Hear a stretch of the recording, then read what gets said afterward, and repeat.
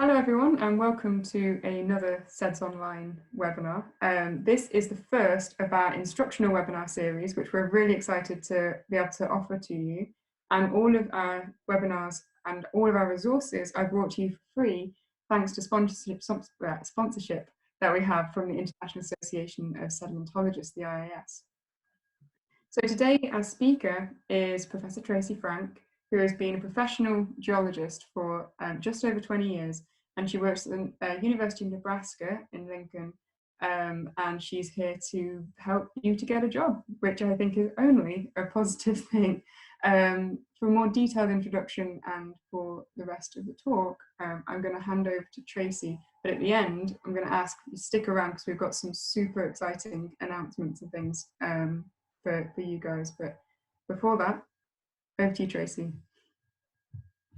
You bet. Thanks, Catherine. I'm very happy to be here.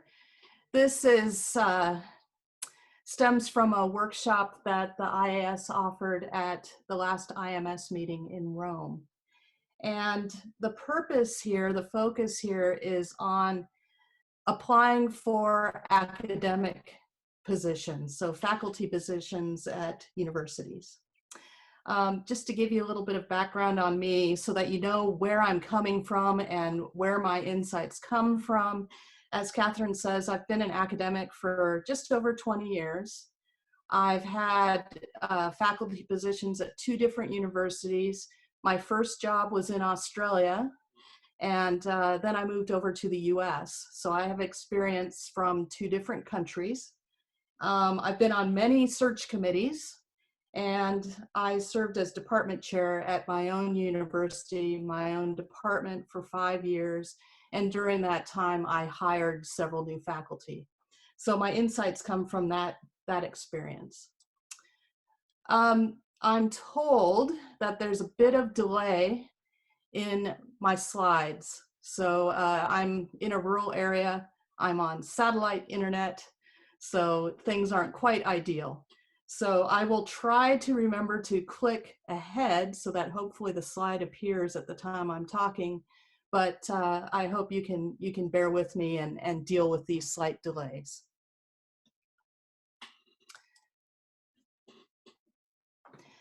In addition to the experience I've had, I've used a number of references and resources that are on the web. I've just changed to a slide that shows a list of some of those that I think are really quite good. The first one is a blog called The Professor is In, and she's got several articles on how to apply for an academic job, everything from getting started to what to do on a campus interview. She's also authored the second thing on this slide, which is a PDF online called The Quick and Relatively Painless Guide to Your Academic Job Search.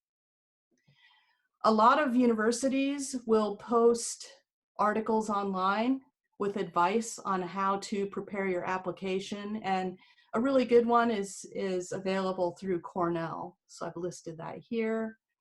And then at the bottom is another example of a blog of someone with a lot of experience who is sharing insights on how to apply for an academic position. So I thought it would be good to start with some insight into what happens after you post an application. So I've just put up a new slide called The Path of a Job Application. And of course, you'll spend probably several months working on your application materials, getting them polished, and ultimately you'll submit your job application. And once you submit that application, it's checked by someone at the university for completeness. So you want to make sure that you follow all of the instructions in the job application and provide everything that they're asking for. If your job application is complete, it's going to go to the search committee. And the search committee members will then take some time to review and rank the applications. This process can take a couple of weeks. I'll talk more about the search committee in a minute. The search committee will then meet to discuss and share their individual rankings of the applications. And at that meeting, the goal will be to generate a long list. So this is the first cut. Basically, they might make a list of 10 to 15 applicants that they want more information about. And so what they will do at that point is they'll request additional materials. Oftentimes, this is when they are going to your references for a letter of reference.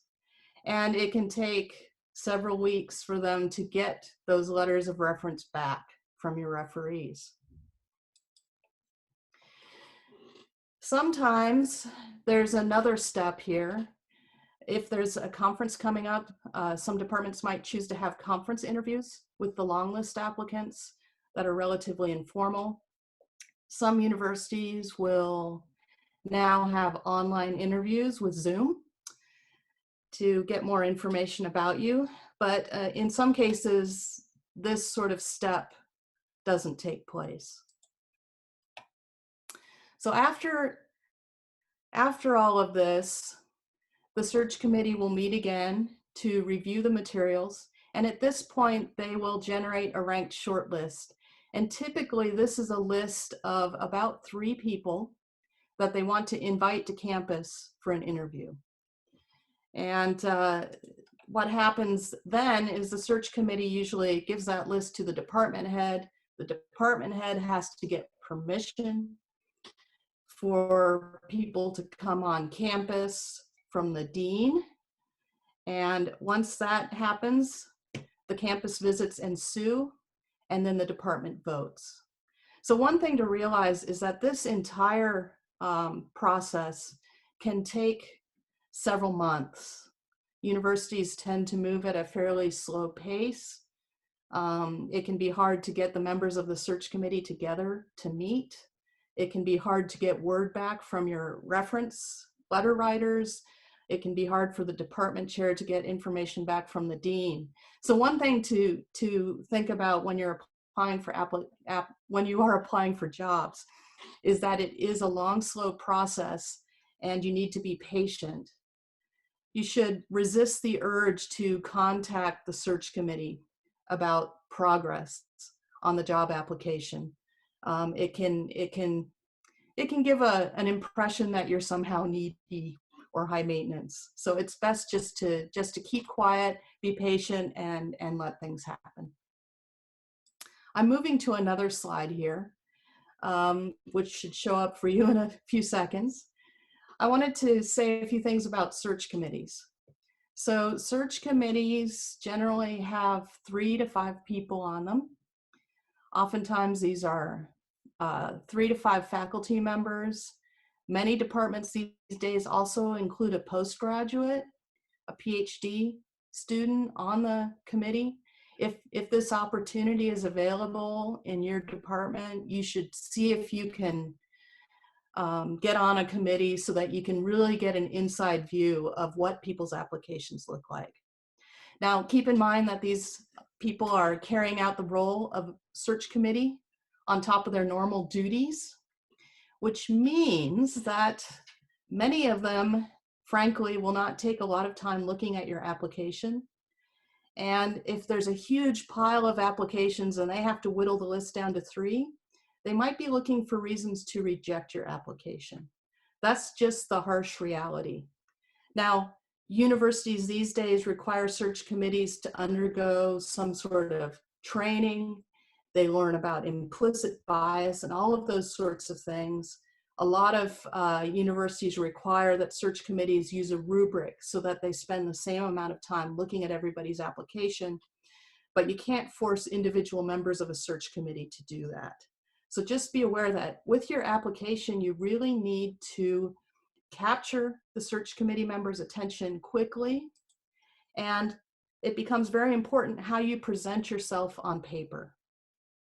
So that's what we're going to be talking about next, is the parts of the job application and how you might think about formatting them, what you include in them, how long they should be, and some tips on how you can format them in a way that will get you noticed and put you on the long list. So what does the search committee want to see? They want to be able to glance quickly at your cover letter and at your CV and see that you clearly meet the requirements stated in the job ad, or if you don't quite fit, why you are still a good candidate for the job. They don't want to hunt and search around for that information. They want to be able to see it really quickly. They also want to see evidence of a track record in terms of things that are important for tenure. So publishing, grantsmanship, teaching, outreach, and so on. And therefore, it's important that you make this information really easy to find and that your cover letter shows that you would be a great colleague for them.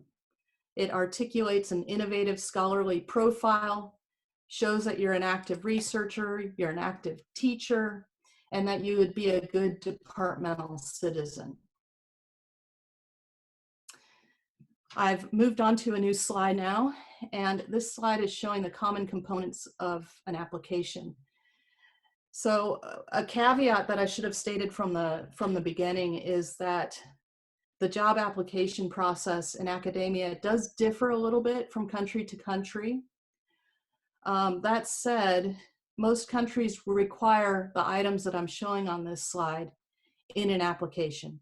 And those include a cover letter, a curriculum vitae or a CV, a research statement, a teaching philosophy statement. They'll want a list of professional references. Sometimes they ask for letters up front, but oftentimes they only ask for letters later on if you make the long list.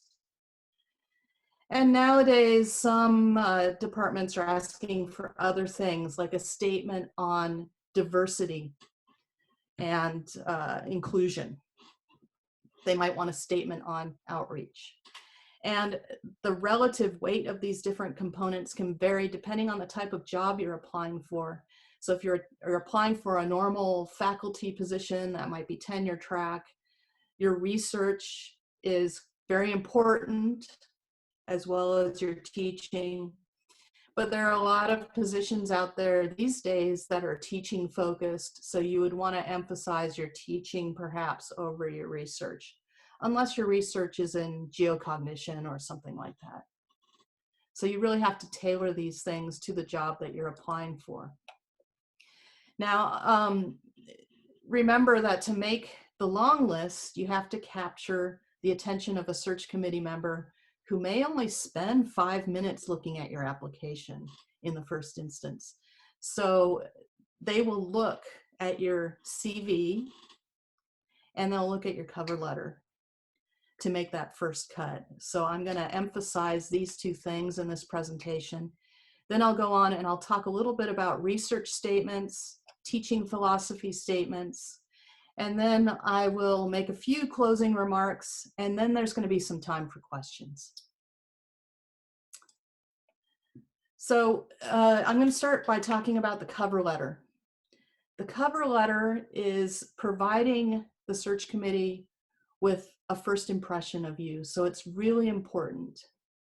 The purpose of the cover letter is to summarize why you're applying for the job and what skills and knowledge you bring that make you the most suitable candidate.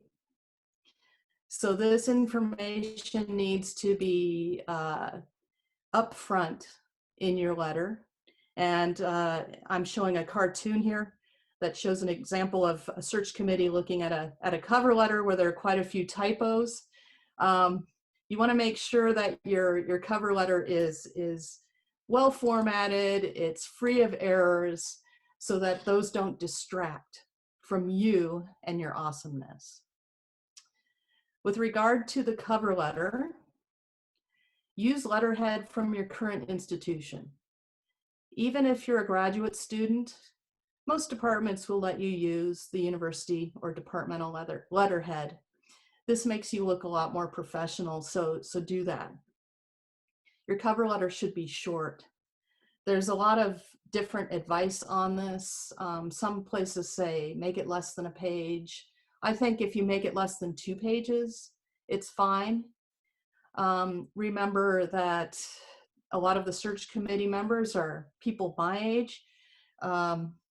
Some of us may need reading glasses, so you want to make sure you use a decent sized font. So think about using 12-point font, single spaced, and generous margins, 2.5 centimeters. You should follow standard letter etiquette. So in the example here, I'm showing, letterhead from my department, the date, the address of the search committee. You address it to the search committee. And in the first sentence, you tell them what you're applying for.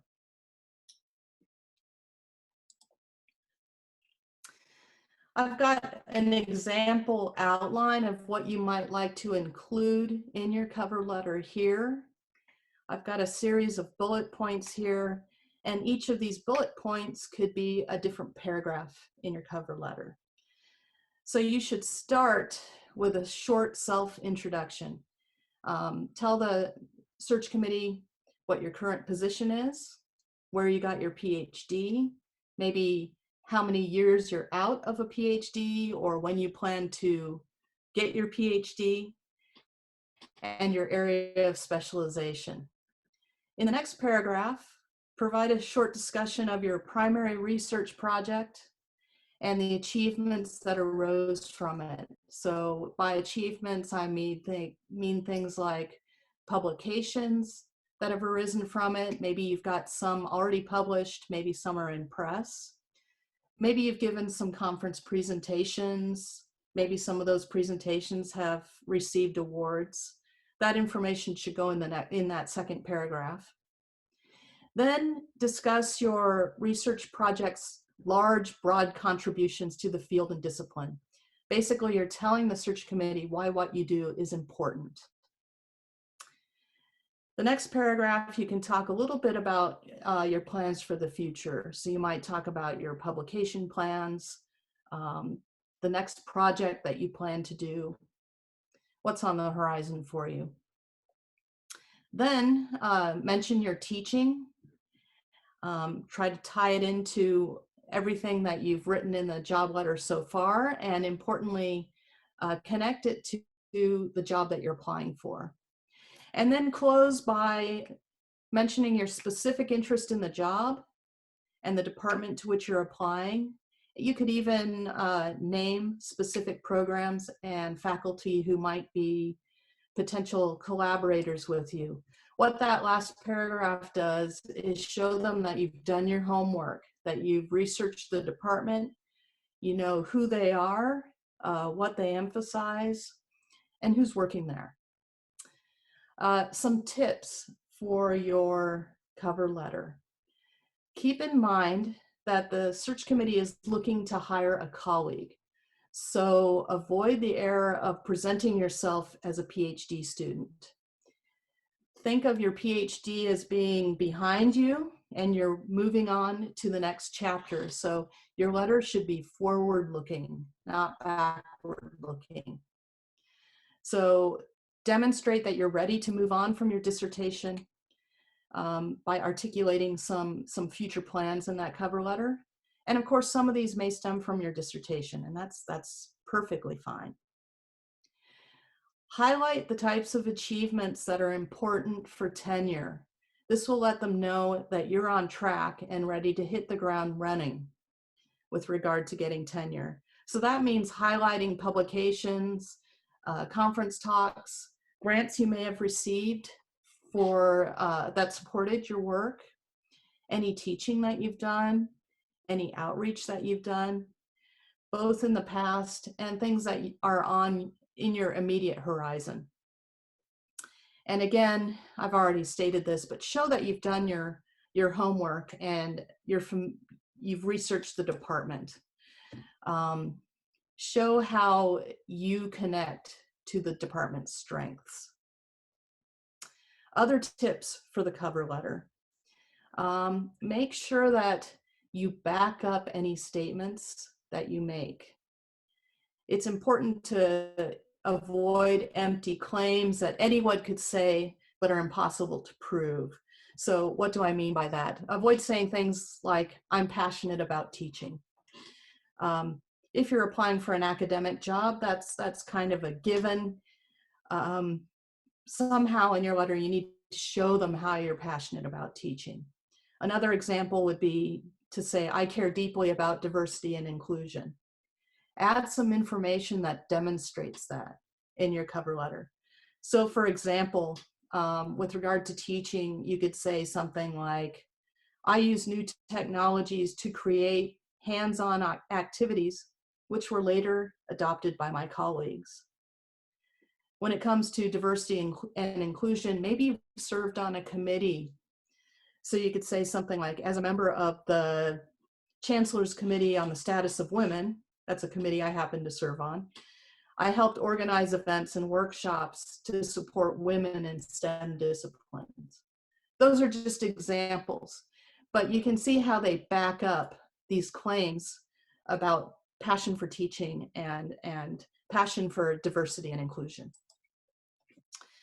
So that's some advice about the cover letter. Again, that's something that the search committee is definitely going to look at when they're making that first cut. The other thing they're going to look at is your curriculum vitae. So it's important to get that right as well. Now I'm going to show you a format and an arrangement that I use in my own CV and that I advise my students and junior faculty to use in their CVs. I think it lays out the information very clearly, and it organizes it in a way that puts the information important for tenure and that sort of thing up front so that it's easy to find. A caveat here, different countries have different expectations or norms with the CVs.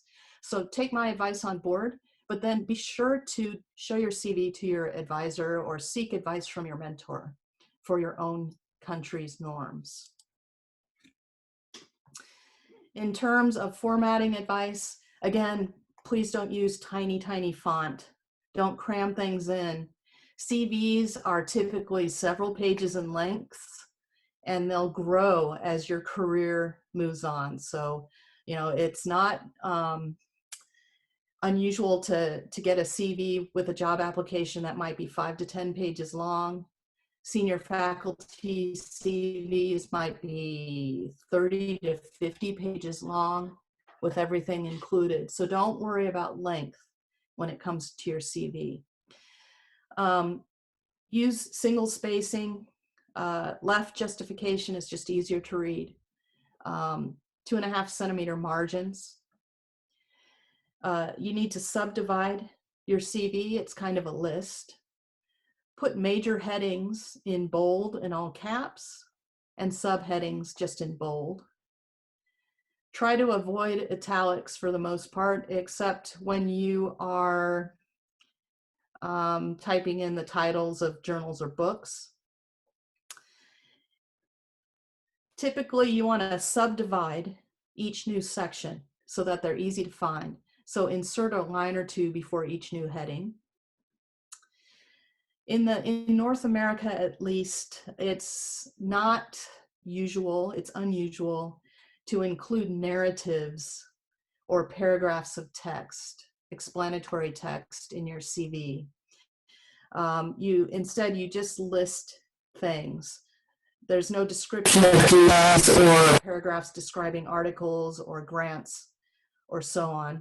I know that's somewhat common in places like the UK, but in North America, that sort of information goes into your research and teaching statements. Really, the CV is a quick reference for people. In terms of organization, prioritize achievements of the type that are important for the job for which you're applying. So I'm going to show you an example of how you might format a CV for a tenure track position where research is really important. So the research information is put up first. If you're applying for a position that focuses more on teaching, you might want to put the teaching up first and put the research behind that. So what I'm showing you here is the top part of a CV with heading material. You want to put your name at the top in slightly larger font. You may want to include the date, but that's optional. Information about you is left and right justified, so include your institutional address. You may want to include your home address, depending on your situation, your telephone number, and your email address.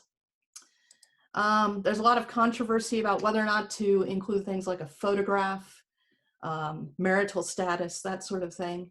In North America, that's not done. So if you're applying for jobs in North America, don't include a photo, don't include anything about your marital status and so on. The focus shouldn't be on what you look like or whether you're married and have kids. The focus should be on your professional qualifications. So it's generally preferred that you don't include that. But again, seek advice regarding the norms for your country. Moving on now to the content. The thing that always should come first on a CV is your educational history. Put it in descending order with your most recent degree first and your bachelor's degree listed last. Put the year of graduation, the degree, the name of the department, the name of the university. If you haven't quite finished your PhD or you're less than a year out, you might want to include the title of your dissertation and your advisor's name. But after that point, you want to be viewed as a professional who's off taking the world by storm on their own. So you'll want to remove that information after about a year or so. The next thing below education, so the search committee will look and see, oh, where did this person get their PhD? And so on. Where did they go to school? Under professional experience, you want to include only contract positions. So positions that you've held for at least a year. Things like TA-ships don't go in this section, they'll go later on in the CV.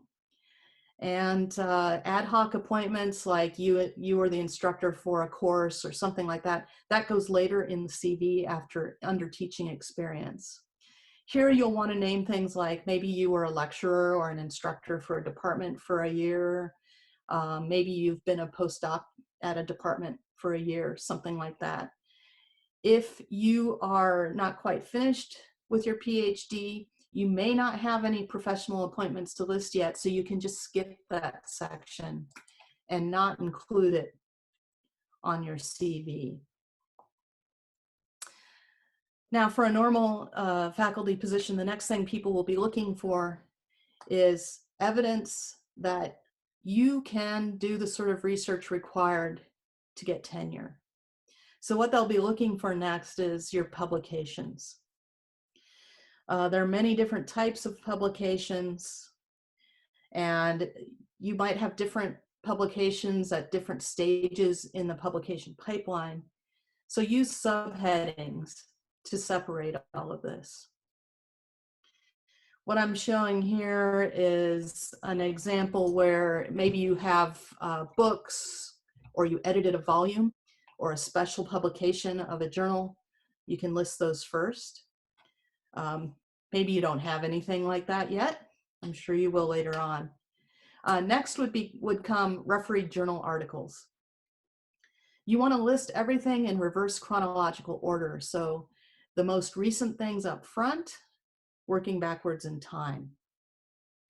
In terms of your refereed journal articles, don't mix in things that are in prep or under review. Just put things that have been published or are in press.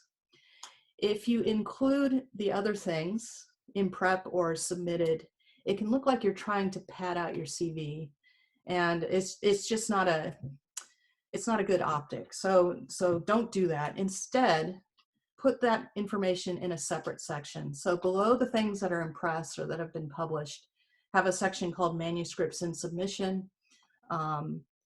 Say that they're under review. You could say the date on which they were submitted, something like that, to provide a little extra information. After that, you could have a section that includes manuscripts in preparation. So these are things that you're working on now. And maybe you have some non-refereed works. Maybe you've done a book review, or you have some kind of online blog or something that you've published in that manner, and you can include those in a separate list as well. Also, don't include conference presentations in your refereed journal articles list. That will go later in your CV. So separating things out like this, well, it may make it seem like you have a really short list. Don't worry about that. If you have manuscripts that are in submission and manuscripts that are in preparation, what it says is that you have a pipeline established.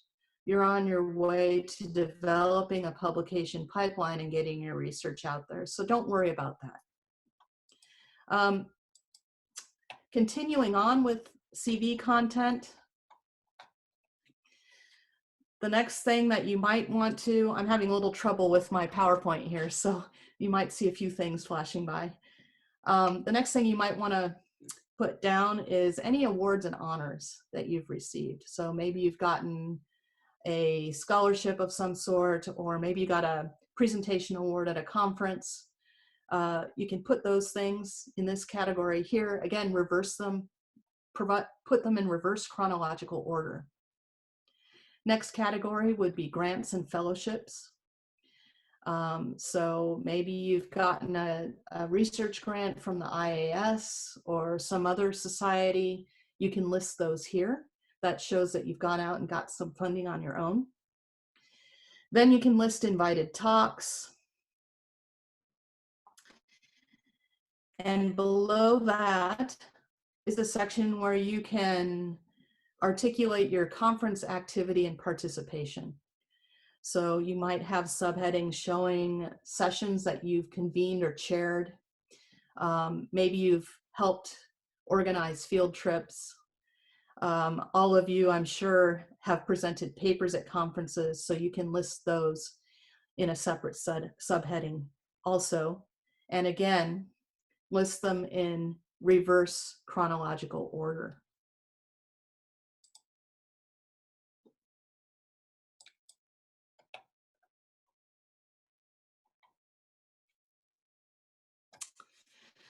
In the next section, you can provide information on some of your other experiences. So under research experience, you can list things like whether you were funded as a research assistant, or maybe you helped run a lab or something like that.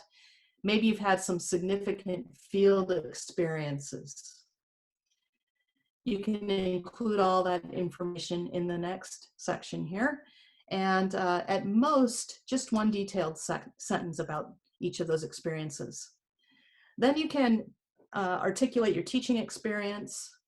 This includes courses that you might have taught as an instructor, as well as anything you've done as a teaching assistant or a tutor. And make sure that you list courses by name rather than just a course number, because that'll be meaningless to anyone outside your university. Below that, you can provide information about your service to the profession. Maybe you've done manuscript reviews. Maybe you're on a committee for a society. There are many things you may have done in terms of service at different levels. Maybe you are on some departmental committees, such as a search committee, or maybe you were president of an organization at your university. Below that, you can list your professional memberships.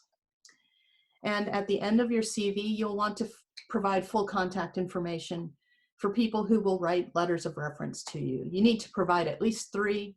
You could provide up to 5 if you wish. There are other things you can include in your CV that I haven't listed. Outreach and community engagement is something becoming really important, so you can list that information in your CV as well. Maybe you've had a really big hit with some of your research. You can list the media coverage and provide links to that. You might want to provide information on your teaching expertise, maybe a list of the sorts of courses you're prepared to teach. Maybe you've taken a number of different workshops. This can show that you've been working on professional development, so you could list those as well. Many of you speak several languages, and that might be important depending on where you're applying, so you can put that information as well. You could place this information between the departmental university service section of your CV and the section that lists your professional memberships. So that's a little bit of information on your CV. I see that I'm taking a little bit longer than I thought, so I'm going to speed through these next sections. Now, these next sections are the statements that you have to write for your application, your research statement, and your teaching philosophy statements. Oftentimes, to be honest, search committee members won't look at these until you make the long list. So in terms of an upfront impression, it's the CV and the cover letter that they're going to look at. But the research statement is important, and you need to have it be good. So what this is a summary of your research accomplishments, your current work, the future directions you have planned, and the potential of your work. So if you're thinking about why they want a research statement, it allows search committees to assess or judge your expertise, the potential that your work might have for securing funding, the compatibility of your research with the department, and it also shows your ability to communicate your work to people who may not be in your subfield. So this research statement will convey your professional identity and provide a roadmap for what you have planned ahead with regard to your research. It will provide the search committee with a context for your research interests. You need to tell them why your research matters in the broad context. And it's good to communicate a sense that your future research will follow on from what you've done in your dissertation logically, and show how it will be important and how it will be innovative. So you really need to write an exciting research statement that looks ahead, that leaves your dissertation behind, and will capture the interest of the search committee. In terms of content, you want to keep it short. Really, if you can do it in 2 pages, that's great. Again, people on search committees are busy. They might get a little resentful having to read a lot of text. So, you could go up to 4 pages, but err on the side of caution and try to make it shorter than that. Make it easy to read. So again, 12-point font, break it up using subheadings. Make sure the structure is logical. I've provided an outline that you could follow here. So each of these bullet points could be a paragraph or a series of paragraphs in a research statement. You'll want to start with a sort of summary that tells the search committee about the major themes of your research, why it's important, and what skills you use to attack the problem. So maybe your research is mainly field-based, maybe it's field and lab-based, maybe you're a computer modeler. So you'll want to put that information there. You can go on then and describe some specific examples of projects that you have brought to successful completion. This will build your credibility and inform the people outside of your field what you do. And it's in this section where you'll want to talk about papers you've published, papers that are in the pipeline, and so on.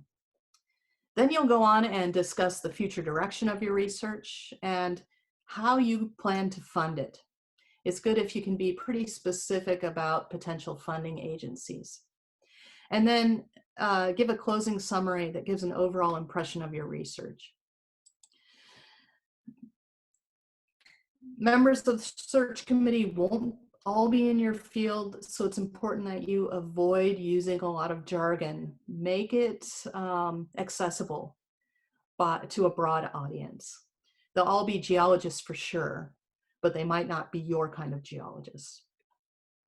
The other document common to all applications is the teaching philosophy statement. And this is a narrative that summarizes how you go about teaching and learning and justifies why you take that approach. So the purpose of a teaching statement is to convey to the search committee your teaching values, your beliefs, and the broad goals you have when you're teaching. You might provide a set of criteria or standards by which you judge the quality of your own teaching and the teaching of others. You'll want to provide evidence of your teaching effectiveness. So you could describe things that you've done in your classes and how that worked with the students. You could talk about any evaluations that you may have received of your teaching. This statement allows the search committees to assess your potential as an educator, whether your teaching style and the things you would like to teach fit with the department, and how you'll interact with students. So basically, they want to be able to visualize you in the classroom interacting with students. So you need to provide them with that picture. This statement should be shorter than a research statement, no more than 2 pages. It should be not about you necessarily. Try to make it student or learning centered, and write it in a way that conveys your enthusiasm and commitment to teaching. So again, they're going to want to be able to see you in the classroom. So think about what your goals are as an educator in terms of student learning. Discuss what methods you use to achieve those goals. Provide some examples of how you assess student learning. So that might be in the form of projects, group projects, presentations, exams, written pieces, and so on. Any examples that you have under your belt would be good to share. Another important thing is showing how you'll create an inclusive learning environment that includes everyone. So you'll want to have a short discussion of that in your statement. Some people, I've noticed in reading these over the years, can become a little bit weepy and emotional, and include a lot of motherhood statements in their teaching statements. Try to avoid that. Try to avoid cliches. They want to see you as a professional in the classroom. Again, avoid using these empty statements like "I'm passionate about teaching." Instead, back up claims like that by using specific examples and experiences, or if you don't have experiences, discuss your plans for how you plan to interact with students in the classroom and assess their work. So that's what I wanted to present to you today. Just a few final thoughts here. It can be a long haul applying for academic jobs. You might apply for dozens of jobs. You might go on several campus interviews. So make sure you have friends around and mentors who will support you. Take time to prepare your application materials. Don't wait till the last minute. Let your references know that you're planning to apply for jobs and keep them updated with your application materials. Don't go into an application with a rough draft. have a mentor critically review your application materials. And again, remember that the search committee is going to be these busy academics who are looking at a pile of applications. So make yours organized, brief, and evidence-based, and that will make yours stand out from the crowd. So with that, all the best, good luck. I'm sure you'll all land a job at some point, and I hope this was useful to you. I'm happy to take questions if there's time.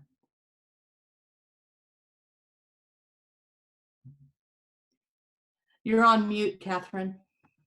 I was waiting for that. Okay, thank you, Stephen. Thank you very much, Tracy. That was really insightful, and the level of detail in that as well, I'm sure a lot of people would appreciate today, and when we get to upload that to the meeting library. You're getting some rounds of applause, just so you know. Yes, lots of thank yous in the chat. So anybody who is watching this on the recording, if you have any questions for Tracy, there is a thread on the forum that we invite you to come and ask your questions at. If anyone has any questions now, please type them into the chat, and we can have a quick Q&A for the last few minutes until we reach the hour.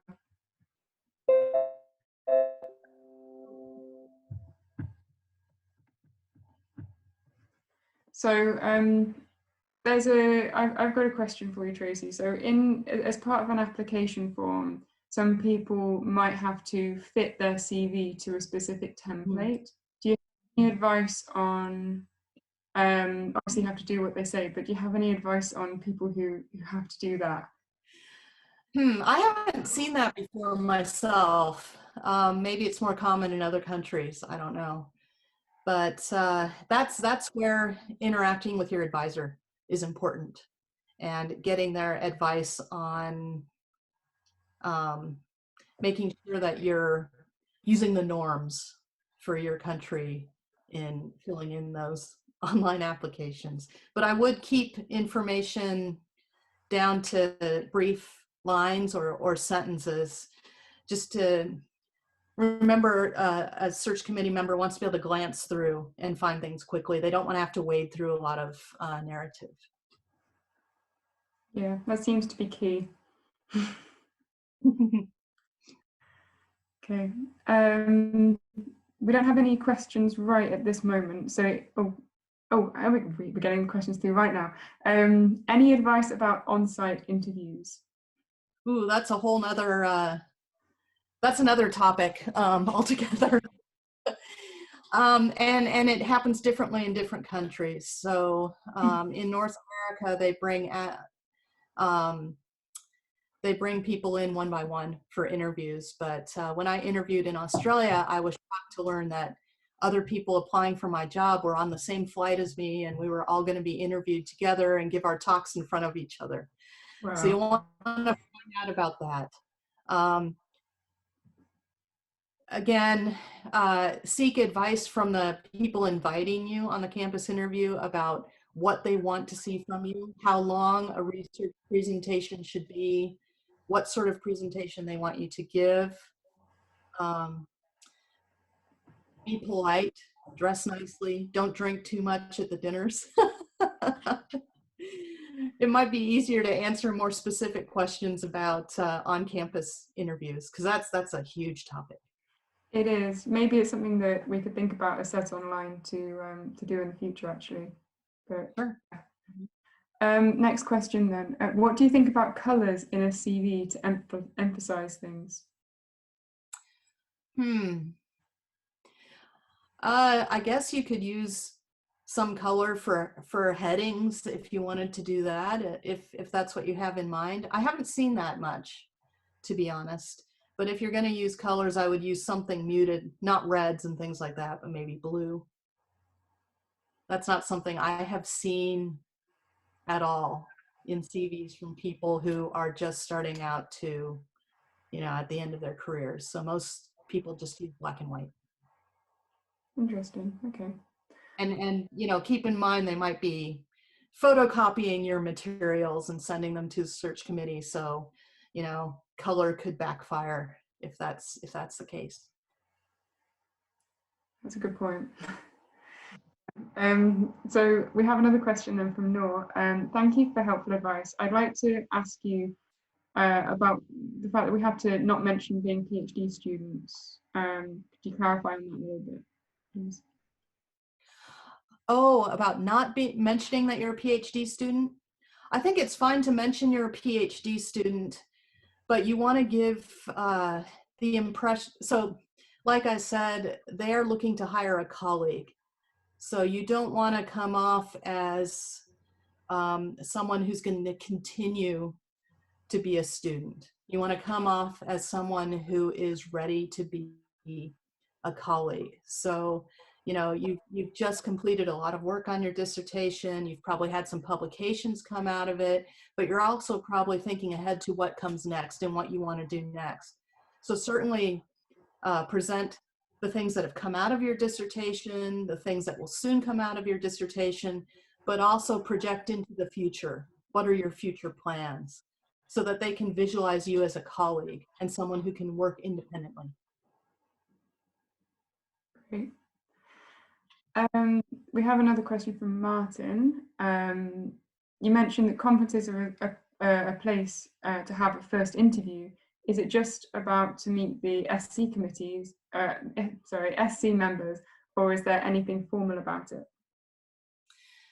Yeah, they vary quite a bit. Sometimes the whole search committee will be there. Sometimes it'll only be one or two people doing these conference interviews, and typically they're pretty short, maybe 15 to 30 minutes.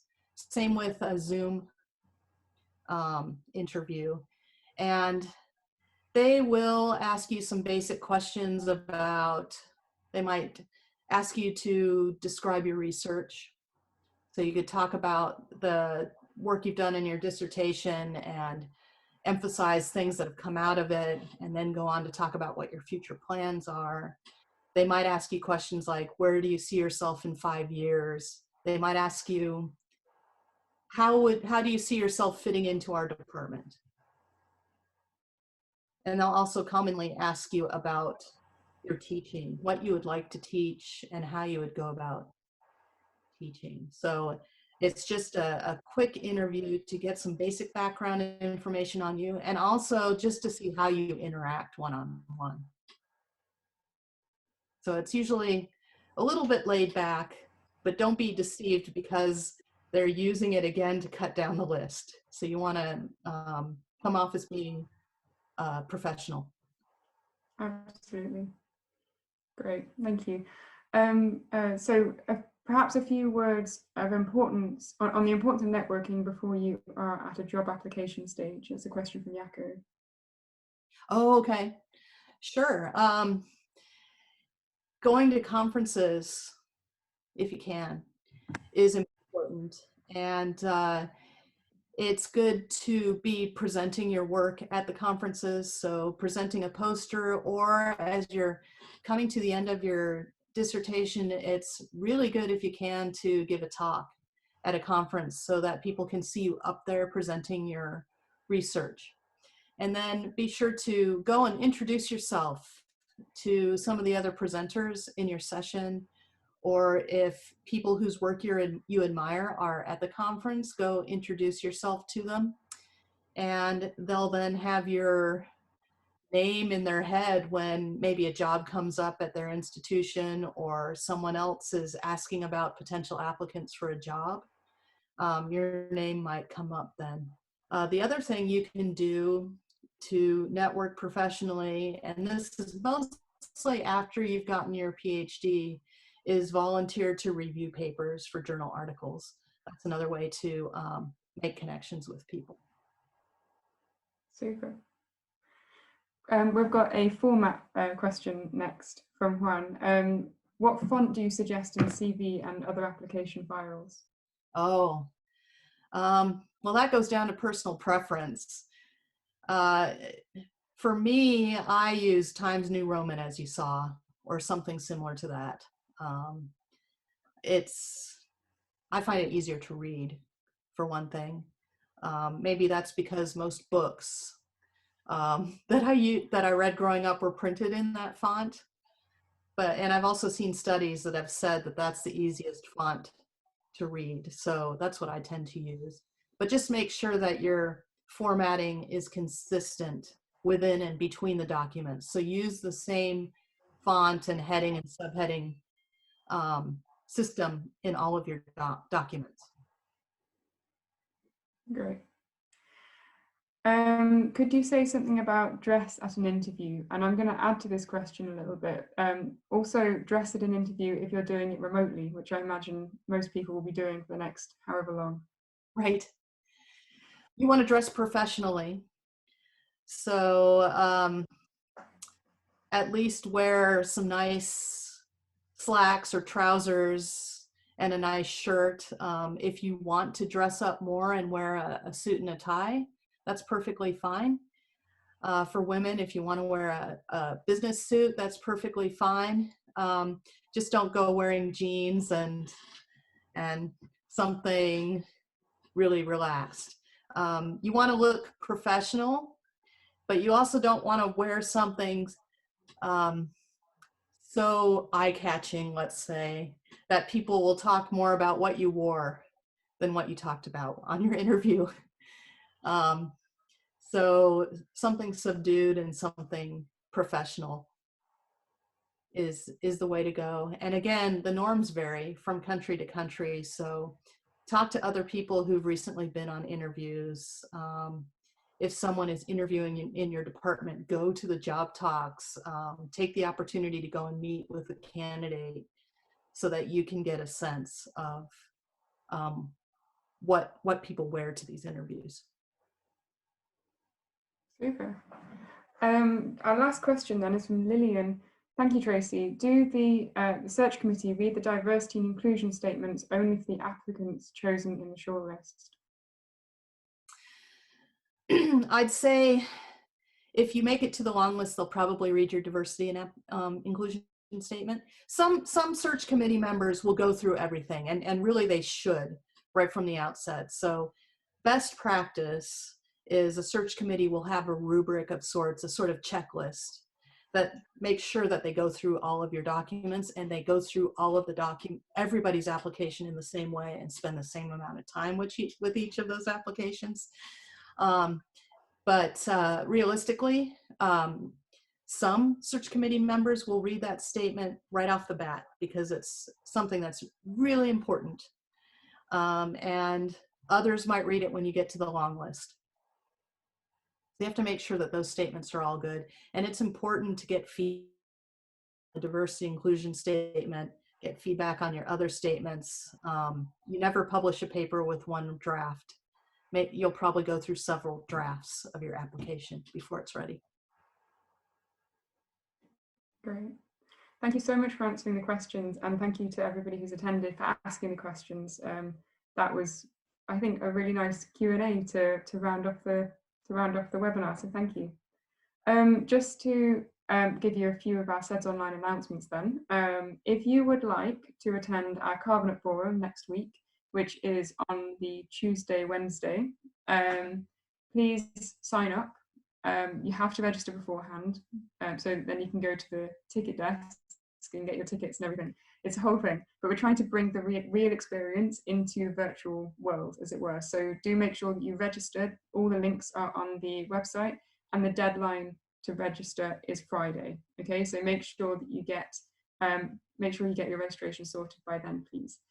And then you'll be sent your ticket, and you can come. It'll be great. Also, next week's webinar is going to be part of the Carbonate Forum. So if you'd like to attend next week's webinar, make sure that you sign up as well. And information for that will be up on Seds Online shortly, and the newsletter will be out tomorrow morning.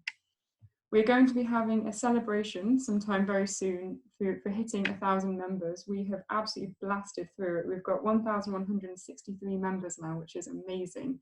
So we're going to be having a 1,000 member celebration. Details to follow. Looks like it'll be a quiz of some sort though, so bring your SEDI knowledge.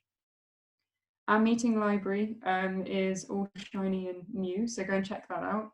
We've reformatted it recently, so that will be, well, it's easier to use now, basically, so go ahead and have a look at that. And if you think of any more questions, or you have two webinars at the Carbonate Forum.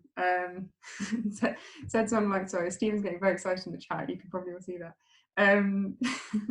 It's super. There's a lot to celebrate at the moment. So basically, if you think of any more questions, or if you're watching this on the recording, please go to the forums and ask those questions. And Tracy's agreed to take up those questions in the chat. So please go ahead and do that. And we really welcome this. And hopefully this is the beginning of a long conversation that can help lots of people to get that academic dream job.